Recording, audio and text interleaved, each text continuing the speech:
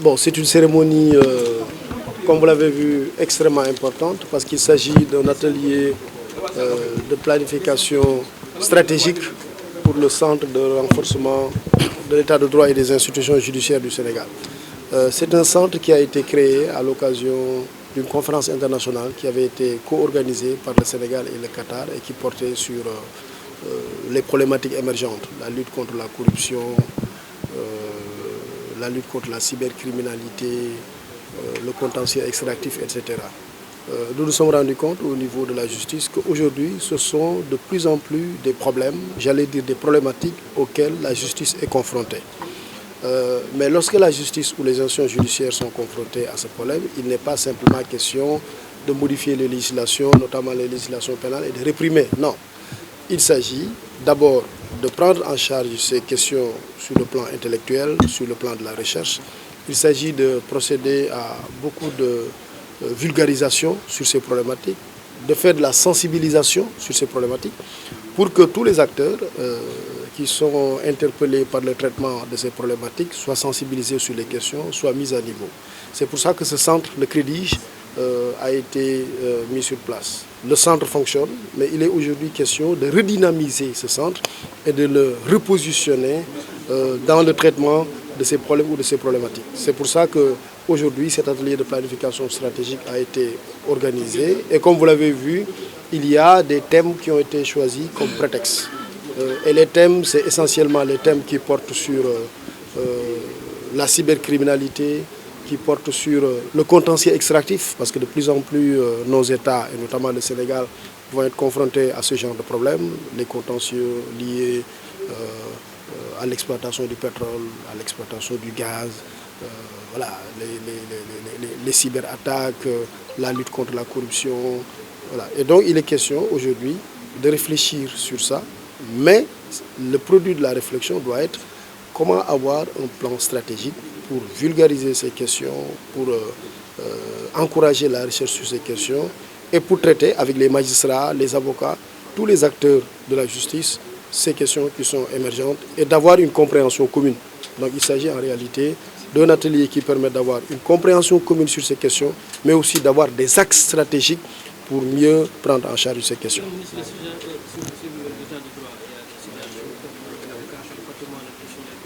La disposition qui était là, mais qui se passe exactement, est-ce que c'est un atelier comme ça pour régler ce genre de questions? Non, en réalité, je disais que cet atelier, c'est d'abord permettre de sensibiliser les acteurs. Parce que vous savez, il n'est pas toujours question juste de faire de la répression. Vous savez, l'état de droit s'appuie sur deux leviers. C'est éducation, sensibilisation et ensuite répression. Voilà, c'est pour ça que sur la question, par exemple, que vous évoquez, qui est la question de la déclaration de patrimoine, aujourd'hui, il y a beaucoup de progrès dans notre pays. D'abord, la loi a été adoptée, la loi a été vulgarisée, et aujourd'hui, la plupart des assujettis à la déclaration de patrimoine, la plupart, je ne dis pas la totalité, mais la plupart des assujettis à la déclaration de patrimoine, les assujettis institutionnels, comme les ministres, etc., les présidents d'institutions, mais aussi les assujettis qui sont visés par la loi, ont effectivement fait leur déclaration de patrimoine. D'ailleurs, aujourd'hui, l'OFNAC est en train de faire le tour des ministères, tous les ministères, le tour des institutions publiques pour sensibiliser les acteurs sur la nécessité de respecter la loi sur la déclaration de patrimoine. Et aujourd'hui, je pense que le bilan est positif. La loi sur la déclaration de patrimoine est effectivement entrée dans les mœurs administratives. Des terroristes et même des actes terroristes. Et les États aujourd'hui se sentent obligés de lutter contre ces problématiques sans pour autant porter atteinte de façon excessive les droits et libertés des citoyens. Pour aborder la thématique, je voudrais ici vous proposer une question. Pourquoi? Parce que quand le sujet m'a été proposé, l'idée c'était de dire mais est-ce qu'il faut avoir une approche purement académique ou bien il faut avoir une approche très pratique, très concrète. Mais comme il y a le collègue M. Assensé qui va tout à l'heure évoquer l'aspect contentieux, lui il va sortir beaucoup plus de la dimension substantielle. Mais finalement, je me suis dit, je vais essayer quand même d'articuler le sujet autour de ce qu'on pourrait appeler quel état de droit face aux problématiques émergentes. L'État est-il suffisamment aujourd'hui renforcé ou outillé, ou bien est-ce qu'il faut trouver un équilibre? Sur ces questions-là, je vous proposerai de parler d'abord qu'aujourd'hui, le constat qu'on a, c'est que l'État est outillé. Et dans une deuxième idée aussi, j'évoquerai l'État protecteur, parce qu'on est dans le cadre, si vous voulez, de lutte contre les fléaux, qui nécessite un arsenal à la fois législatif, à la fois répressif, mais aussi qui nécessite à ce que l'État ne puisse pas remettre en cause les principes fondamentaux de l'État de droit. Et je terminerai, si vous voulez, sur quelques défis spécifiques, notamment liés certainement au centre qui aura appelé à réfléchir sur cela. Sur l'État outillé, aujourd'hui, quand on regarde l'État du Sénégal, la Constitution de 2001, par exemple, proclame ce qu'on pourrait appeler le respect de l'État de droit, un État dans lequel l'État et les citoyens sont eux-mêmes soumis au droit, sous le contrôle d'une justice indépendante et impartiale. Ce qui fait que ici, l'objectif est clair, il y a une intention nette de faire l'État du Sénégal un État de droit, mais aussi un État dans lequel la justice est impartiale et indépendante. Sur cette question, on a regardé avec les problématiques émergentes qu'il y avait un arsenal juridique et institutionnel au niveau national qui est renforcé. Et là, par exemple, pour la lutte contre le terrorisme, le financement du terrorisme et le blanchiment des capitaux, on constate qu'il y a des lois qui ont été adoptées, parce que la multiplication ainsi que la fréquence des attentats terroristes commis par des groupes de plus en plus organisés, qui utilisent des moyens sophistiqués, ont rendu vulnérables tous les États. Le Sénégal a modifié sa législation pénale pour apporter une efficacité aux moyens juridiques de la lutte contre le terrorisme, en plus des conventions signées. C'est à cet égard que la loi 2016, du 8 novembre 2016, modifiant la loi de 1965, a été adoptée, notamment à travers l'article 279. Et ici, le constat, c'est que le code pénal est modifié pour créer de nouvelles incriminations en lien avec le terrorisme, le recrutement des personnes pour faire partie d'un groupe ou participer à la commission d'actes terroristes, la fourniture de moyens, l'entente, l'organisation, la participation d'actes terroristes, la non-dénonciation d'actes terroristes, le recel terroriste, la participation à un groupe terroriste. Toutes ces questions-là, M. Seck va évoquer quelques cas jurisprudentiels. Classique, mais c'est aussi la défense des droits et libertés des citoyens. Droits protégés classiquement par un juge judiciaire ou un juge administratif. On parlait de liberté publique à l'époque. Aujourd'hui, la nouvelle problématique, on parle de droits fondamentaux. Parce que le concept de droit fondamental ou de droits fondamentaux n'est pas du tout une liberté publique. Et en 2016, notre État, dans la révision constitutionnelle, a introduit la notion de droits fondamentaux. C'est des droits qui peuvent être invoqués devant des juridictions supranationales ou devant une juridiction constitutionnelle. Donc des droits vraiment d'une protection élevée. Donc je trouve aussi que c'est important. Mais l'état de droit, aujourd'hui, a un nouveau visage. Hier, je lisais un rapport et j'ai trouvé des éléments qui ont retenu mon attention. C'est que notre indice de développement humain est faible, 162e en 2016 sur 188 pays. Cela veut dire qu'on a des difficultés en termes d'accès aux services sociaux de base. Aujourd'hui, les gens considèrent que l'état de droit, tel que conçu jusque-là, est un peu démodé et un peu déphasé. C'est discutable. Mais le nouveau concept aujourd'hui, c'est l'état de droit substantiel. C'est la démocratie substantielle. D'ailleurs, le garde des Sceaux a encadré une brillante thèse sur ça, avec Cheikh Diallo, intitulé qui parle de démocratie substantielle. Qui parle de démocratie substantielle, parle d'un nouvel état, d'un état de droit que je qualifierais d'état de droit financier. Parce qu'au fond, l'État, l'objectif d'un État, c'est quoi? C'est satisfaire les besoins de ses citoyens en termes d'accès aux services sociaux de base. C'est bien de parler de démocratie, de séparation des pouvoirs, mais de plus en plus, c'est des choses qui sont dépassées, mais on se focalise sur l'état de droit substantiel. Et l'état de droit substantiel, c'est l'état de droit financier qu'on peut appréhender, à mon sens, à double niveau. Ce qui est une vraie problématique au Sénégal, si vous regardez le rapport de l'OFNAC. Parce que quand on parle d'état de droit financier, pour moi, c'est deux idées fondamentales. C'est la transparence. L'état de droit financier, c'est la performance. La performance, c'est tout faire pour que les politiques publiques puissent permettre aux citoyens d'accéder convenablement aux services sociaux de base. Vous prenez le budget de l'État du Sénégal, le ratio entre le budget du Sénégal et le budget du ministère de la Justice tourne autour de 1%. c'est extrêmement faible.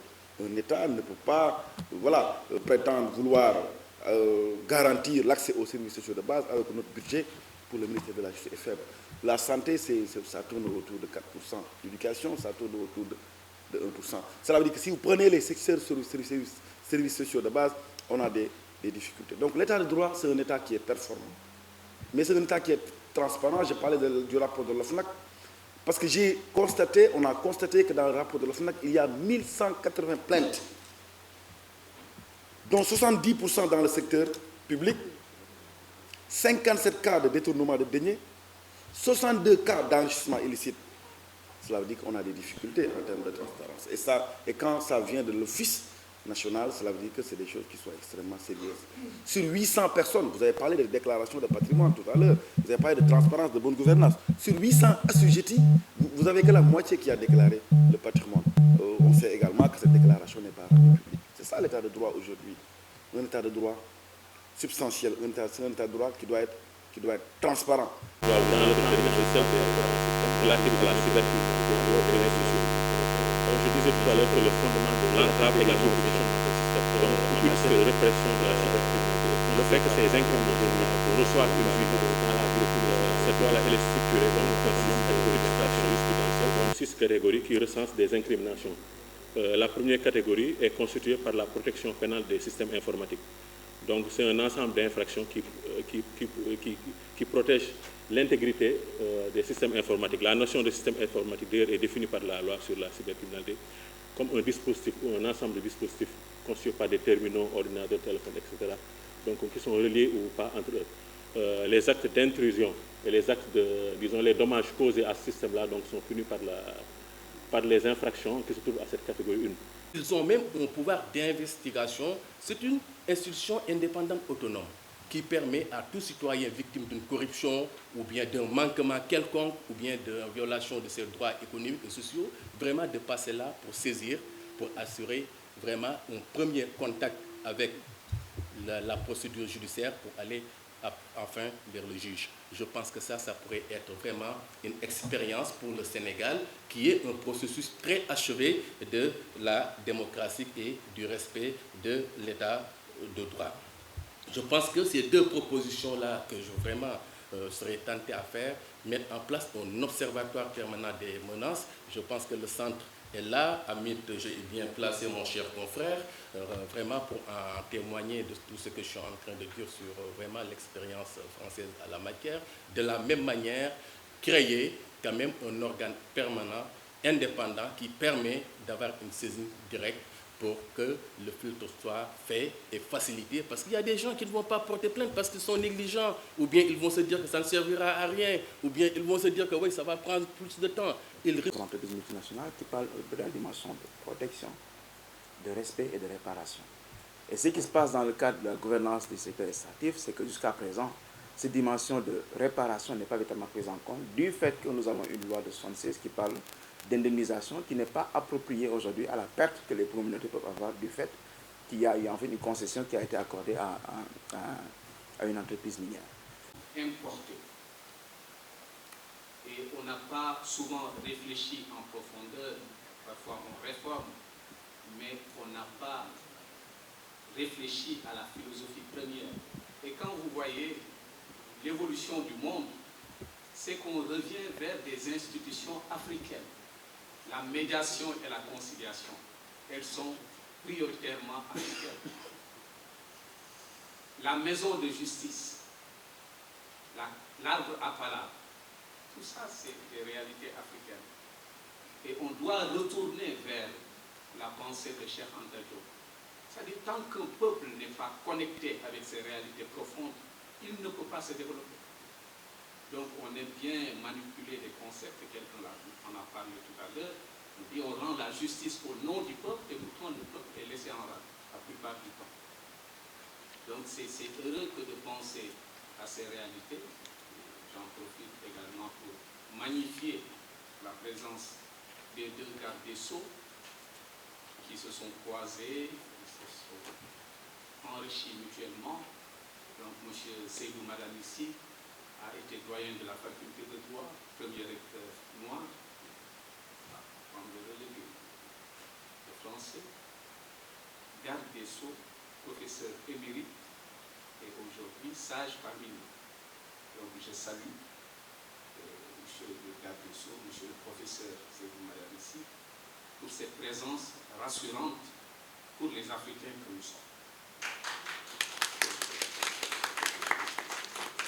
Je salue également l'actuel garde des Sceaux, qui est également un éminent professeur et qui a succédé, qui a suivi dans la chaîne de valeur au ministère de la Justice et qui a eu à faire des réformes allant dans le sens de notre souhait à nous, c'est-à-dire qu'il a érigé en direction la cellule des maisons de justice, et maintenant on a une direction des maisons de justice. C'est important parce que c'est une structure qui fait un travail remarquable. Les maisons de justice et du droit, ainsi que tout ce que ça représente dans le sens de la justice africaine. Parce que pour nous, Africains, la justice n'est pas une confrontation, c'est un rapprochement. On ne tranche pas, on rapproche des positions. Et j'ai proposé des solutions dans ma thèse, que j'ai publiée d'ailleurs, pour qu'on aille vers cette justice de médiation et de conciliation qui pourra délester les juges de l'essentiel des contentieux, et à partir de ce moment, ils pourront être spécialisés dans des contentieux techniques tels que le terrorisme, tels que tous les travers qu'il y a il a parlé de fraude, d'attaque contre nos ressources halieutiques. On a parlé du pétrole et du gaz, mais tout est lié avec le pillage de nos ressources halieutiques qui est à la base du départ de l'essentiel des jeunes, essentiellement des lébous, des pêcheurs, parce qu'on leur a ôté le pain de la bouche avec des contrats léonins qu'on a signés avec l'Union européenne et la plupart des pays qui ont pillé nos 700 km de côte, et on se retrouve avec une paupérisation extraordinaire, poussant des milliers de Sénégalais à partir. Donc la problématique du droit, elle est fondamentale. Et cette cellule-là, cette structure qu'on a confiée à Hamid est une structure fondamentale. Et monsieur le garde des Sceaux, nous vous félicitons pour avoir eu cette idée de réhabiliter ce centre qui va être un incubateur pour des réflexions avant-gardistes pour sauver l'essentiel. Parce que c'est vital. Les Africains sont trop... On est maintenant dans une sorte d'émerveillement. On parle de, oui, nos amis, nos frères. Entre les États, il n'y a plus de frères et d'amis. Le général de Gaulle l'avait dit, les États n'ont pas d'amis, ils n'ont que des intérêts. Donc, on est dans un contexte de compétition neuronale. Le Sénégal doit élever ses niveaux de compétences au maximum possible. Parce qu'au banquet du 21e siècle, seuls les gens qui ont une capacité de réflexion et d'anticipation extraordinaire pourront survivre. Et le pays a des potentialités, mais il faudra développer ces capacités en intégrant la population dans tous les contrats, qu'on prenne en compte l'intérêt des populations, parce que si on ne le fait pas, même les investisseurs, ils perdent. On a vu avec les conflits en Côte d'Ivoire et autres, et dans d'autres pays, quand ça éclate, tout le monde perd. Donc on a intérêt à bien négocier les contrats, surtout les contrats qui concernent le gaz et le pétrole. Et pour ça, la justice sera au cœur. Il nous faudra des juges hyper compétents, spécialistes, dans des matières, dans toutes les matières les plus pointues, la lutte contre le terrorisme et tout. Et pour ça, il ne faut pas qu'on rate la base. Le Sénégal, on a des cartes d'identité biométriques et autres. Mais le principe de base de la sécurité, c'est l'état civil. Et on n'a pas un état civil fiable. C'est le casier judiciaire. On n'a pas un casier judiciaire fiable. Donc c'est bien d'avoir des cartes numérisées, mais il faut aussi sécuriser à la base et protéger notre nationalité. Et le président aimerait également donner le point de vue de la jeunesse sur l'état de droit, mais également sur les institutions. Donc ça va être jeunesse et justice.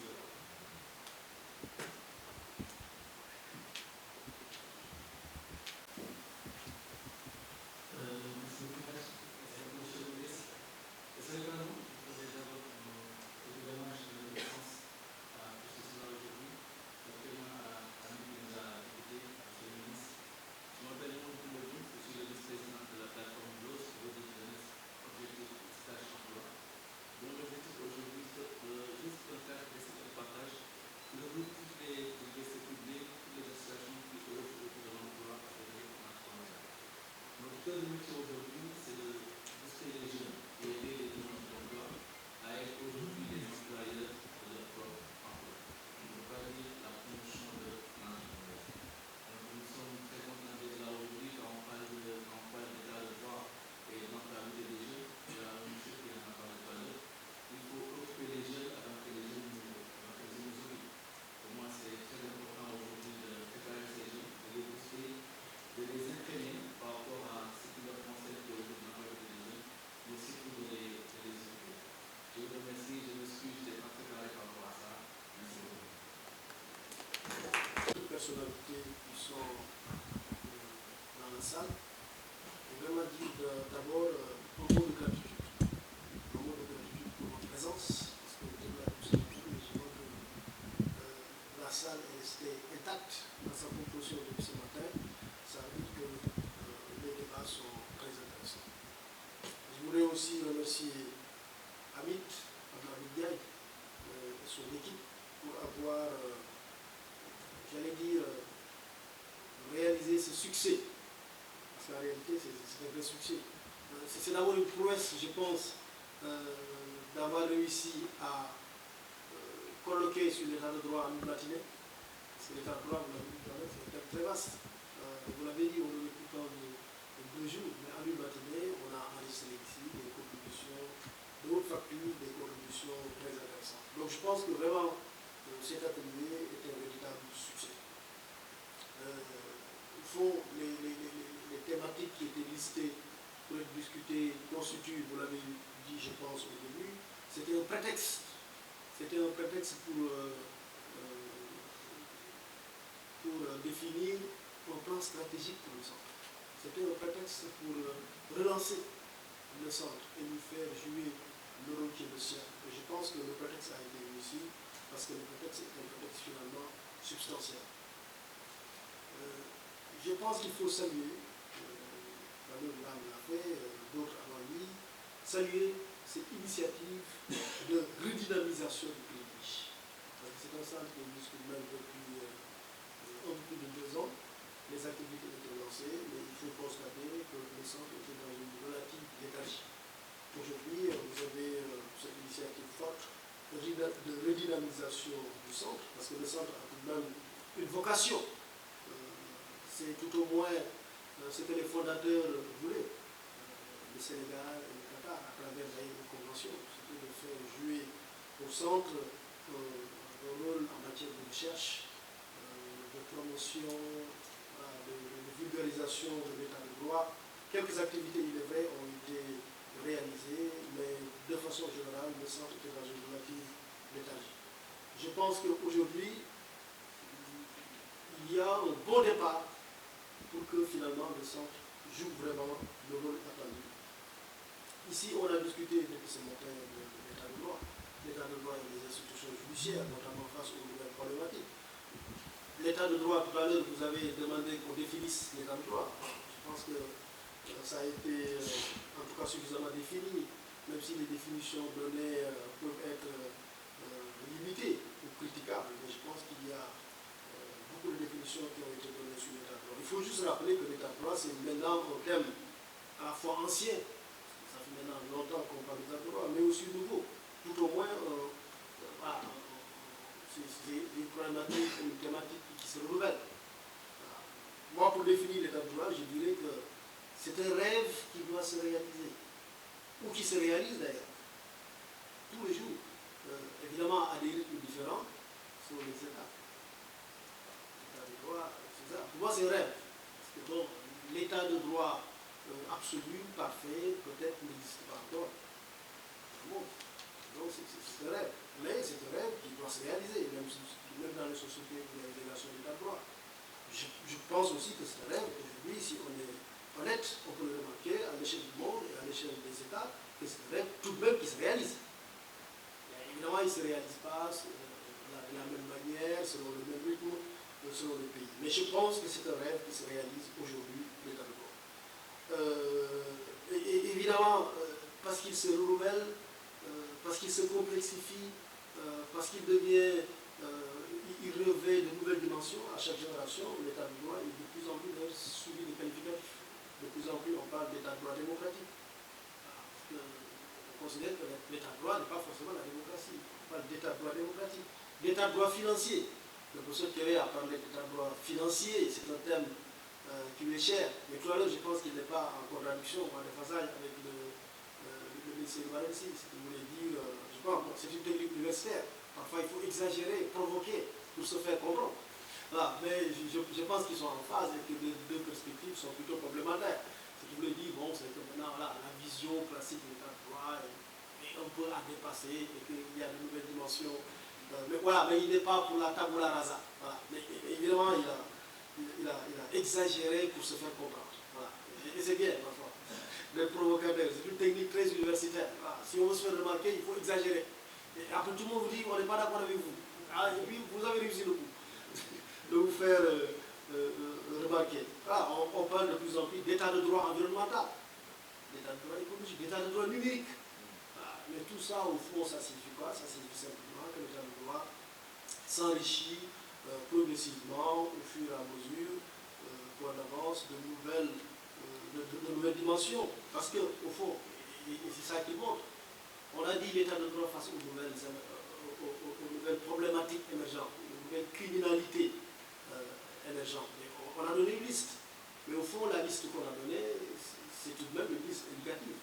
Après, le code de la corruption, la cybercriminalité, le terrorisme, etc. Mais tout à l'heure, quelqu'un a dit, mais voilà, il ne faut pas oublier la problématique de la sécurité maritime. Il a raison, récemment, il y a un sommet qui s'est tenu d'ailleurs à Lomé et qui portait que sur ça. D'autres ont dit non, il faut ajouter aujourd'hui les nouveaux droits qui sont d'ailleurs consacrés dans la Constitution du Sénégal, qui a parlé du foncier aujourd'hui, qui est une problématique tout de même importante dans le pays.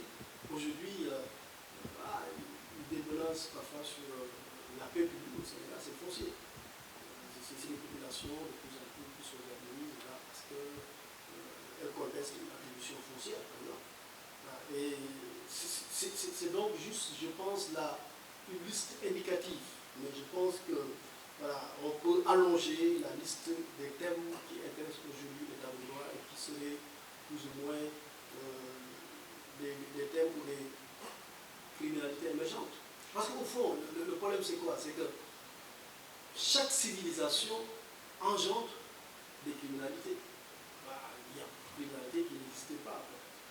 Il y a des siècles, c'était peut-être la piraterie qu'on évoquait. C'est vrai qu'il y a le retour de la piraterie aussi, il y a quelqu'un qui en parlait tout à l'heure. Mais je veux dire, chaque civilisation engendre et génère ces criminalités. Et donc je voulais vraiment évoquer encore une fois le succès de cet atelier, aussi bien sur l'initiative qui a été prise de redynamiser le centre, sur les thèmes qui ont été débattus, sur la qualité des interventions.